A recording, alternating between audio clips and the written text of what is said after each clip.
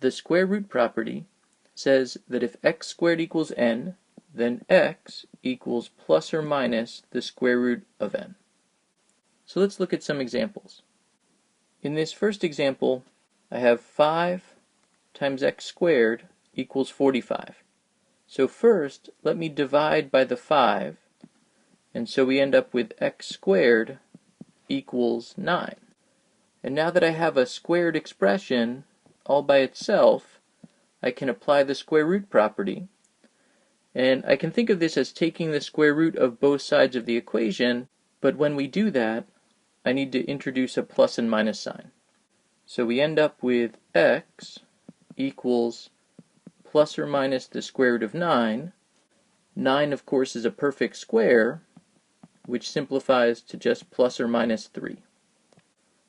And so we can see, this makes sense. There are two solutions here. If we check our work by plugging this back into the original equation, positive 3 squared is equal to 9, and that amount times 5, 9 times 5, equals 45. But in the same way, negative 3 squared is also equal to 9, and that amount times 5 is equal to 45. So because squaring takes positive 3 and negative 3 to the same place, using a plus or minus sign when you apply a square root to undo a square makes sense because it gives us back those two possible solutions. The second example here is very similar, but slightly more complicated. The left-hand side already is a perfect square, so I can just directly apply square roots. But remember, I want to introduce a plus or minus in front of the square root there. So the square root on the left-hand side simply undoes the squared expression and gives us 5h minus 1. And on the other side of the equation, I end up with plus or minus the square root of 32. Now 32 is not a perfect square, but it does have a perfect square factor. 32 is equal to 16 times 2, and 16 is a perfect square.